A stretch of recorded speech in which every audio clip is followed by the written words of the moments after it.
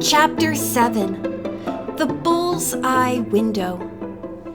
Bess shrieked as the Phantom launch disappeared underwater. I've never believed in ghosts, she said shakily. But now I'm afraid I do. George looked at her scornfully. Ghosts, nothing. There must be some logical explanation. Cecily had little to say except that she was mighty glad the girls were with her. I would have been terrified staying here alone, she added. I don't blame Henry Winch a bit for wanting to move. Nancy suggested they go to bed early. I don't believe the ghost ship will bother us, she said reassuringly. The young sleuth did not say anything to the others, but determined to get up early and investigate the far end of the lake to see if she could pick up any clues to the weird apparition. She awoke at daylight, dressed quickly, and slipped out of the cottage. Nancy followed the path along the water and crossed the beach below the lodge. Then she set off through the woods. As she reached the area of fog, Nancy saw a swampy stretch before her. It won't hurt me to slosh through, she said to herself gamely. Holding her shoes, she waded in. Why, the water's warm. Her theory that there were probably hot springs in that section of the lake had proved to be correct. The swamp was about 300 feet long. It was more treacherous than Nancy had bargained for, and she found herself floundering and slipping until she was soaking wet. The girl detective smiled. This is a crazy procedure, she told herself. I haven't picked up one single clue, and what a mess I am. Nevertheless, Nancy pushed on, and after a while reached dry land. The trees were thick here, but just beyond them was a large, relatively cleared area, with scrubby bushes and tall grass, as well as a few saplings. In the center of the clearing stood the tumble-down remains of an old-fashioned bandstand. Nancy examined the platform and the storage area underneath, but found nothing to suggest an answer to the Phantom ship. Disappointed, she turned back and reached the cottage just as the other girls were getting up. They stared at her. Nancy grinned. Yes, I know I'm a sight. But it was all in the cause of trying to solve the mystery of that Phantom ship. However, I learned absolutely nothing. She added laughingly, It must rise out of the water after all. The others knew she was teasing and were sorry she had found no explanation. Cecily remarked, I'll never feel completely safe here until that mystery is cleared up. Nancy, do you have some theory about it? The girl detective shrugged. I've been wondering about those people at Pudding Stone Lodge. This ghost ship business started after they moved there. You mean they could be connected in some way with the mirage or whatever it is? Asked George. Nancy looked thoughtful. It's a possibility. Anyhow, I'd like to do some investigating in the area of the lodge. Please don't mind if I skip helping with the dishes. Do you think you'll be safe alone? Cecily asked fearfully. Nancy assured her she would be, and said she might be able to hide among the trees better if she were alone. She changed into dry clothes, and directly after eating, set off. This time, Nancy chose a vantage point on the side of the house which faced the lake. Her attention was drawn to a third-floor window called a bullseye window because of its roundness and small size.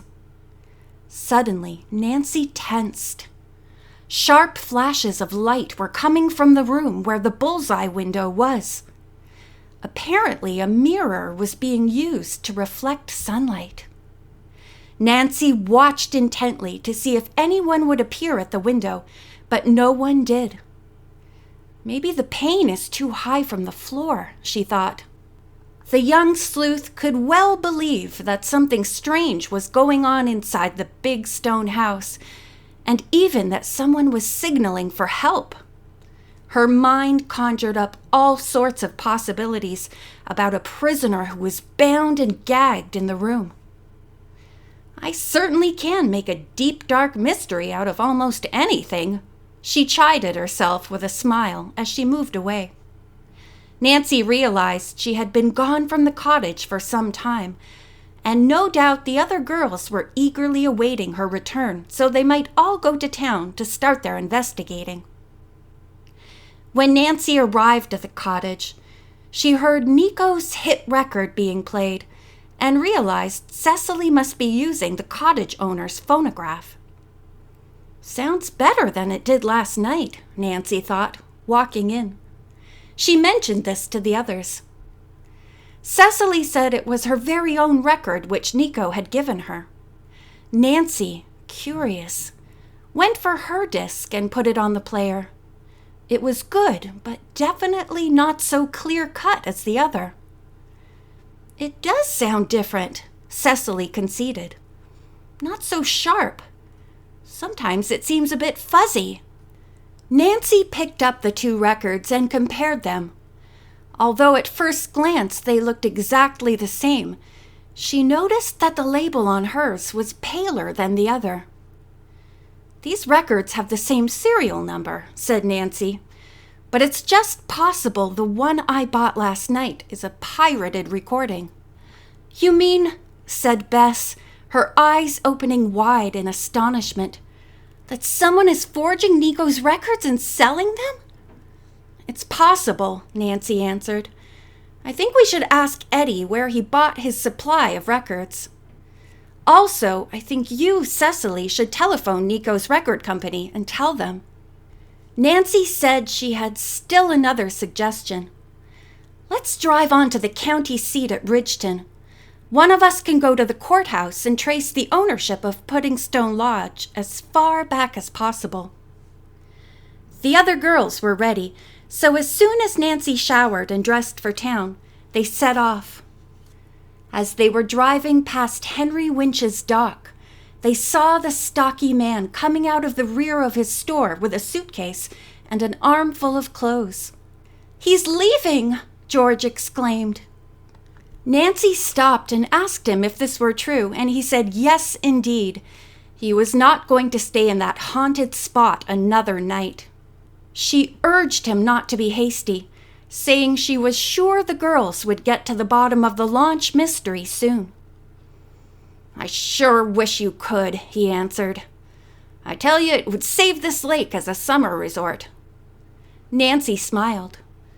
After all, Mr. Winch, she said, no harm has come to you. Why not wait a few days? We're not far away if you need help. Well, I'll think about it, he said. Maybe I won't go right now. I'd like to rent a canoe from you, Nancy went on. I may want to inspect that phantom ship at close range. A wild look came into Mr. Winch's eyes. Don't, Miss Drew. It ain't safe. I'll leave a canoe at your cottage, but you'd better think twice, young lady, before you go up in that foggy area. All right, I will, Nancy promised. When they reached the main road, Nancy stopped the car. The county seat is to our left, and Misty Lake to our right. Why don't we go to Ridgeton first and see about an ironmonger, then stop at Eddie's on the way back? This was agreed upon, and Nancy turned left. As they rode along, she told about the flashing light from the bull's-eye window of Puddingstone Lodge. George said, I believe it was just the sunlight glinting on the glass. Cecily and Bess were inclined to think there was more to it, but could offer no explanation which Nancy had not already thought of. When they reached the county courthouse, George offered to do the research work and try to find the identity of the original owner of Puddingstone Lodge. Good, said Nancy. Bess and I will inquire about an ironmonger while Cecily phones the record company. The girls separated. Nancy made several inquiries and learned that a Mr. Finneran was the present owner of an ironmongering establishment which had been in town for over 100 years. The business was housed in a small building on a very narrow cobblestone street. Mr. Finneran said that unfortunately his old ledger had been destroyed by fire, and he personally had no knowledge of the sale of any iron bird to Puddingstone Lodge. "But why don't you look around at some samples of our old-time work?" he suggested. "Maybe it will help you." The company had set aside one room of old and new products. The antique birds included cranes for the garden and owls and eagles for roof cornices and door knockers. "This is probably the type of thing we should look for," Bess whispered to Nancy, and her friend nodded. The girls thanked Mr. Finneran and walked back to a tea room where the 4 girls had arranged to meet for luncheon. After they gave their orders, each told what she had found out. Cecily had still been unable to reach either Nico or the Waynes. She had had a talk with an official of the record company, however, and he had asked that someone bring the 2 records to their office in Baltimore. "They're very much interested in your theory of piracy, Nancy," she said. "I think you should be the one to go." "I'd be glad to, but let's decide tomorrow." George said she had learned that the original owner of Puddingstone Lodge was Andre Delaroy, and it had been built in 1825. His 2 sons were Simon and William. She smiled at Cecily. "It sure looks as if Puddingstone Lodge was really your ancestors' home." Cecily was greatly excited and listened intently as George went on. The property was inherited by Simon Delaroy's only child, Anne. She married a Wayne. "Oh, George, that's wonderful," Cecily said, her eyes dancing. "We are looking in the right place for the iron bird. Just think, the old family treasure must be buried someplace at the lodge. As soon as we finish eating, let's go back and make plans." "But first we must stop at Eddie's soda shop," Nancy reminded her, "and find out the name of the jobber who supplied him with Nico's records." When they reached the shop, Nancy suggested that they purchase some candy and nuts so that Eddie would not be suspicious.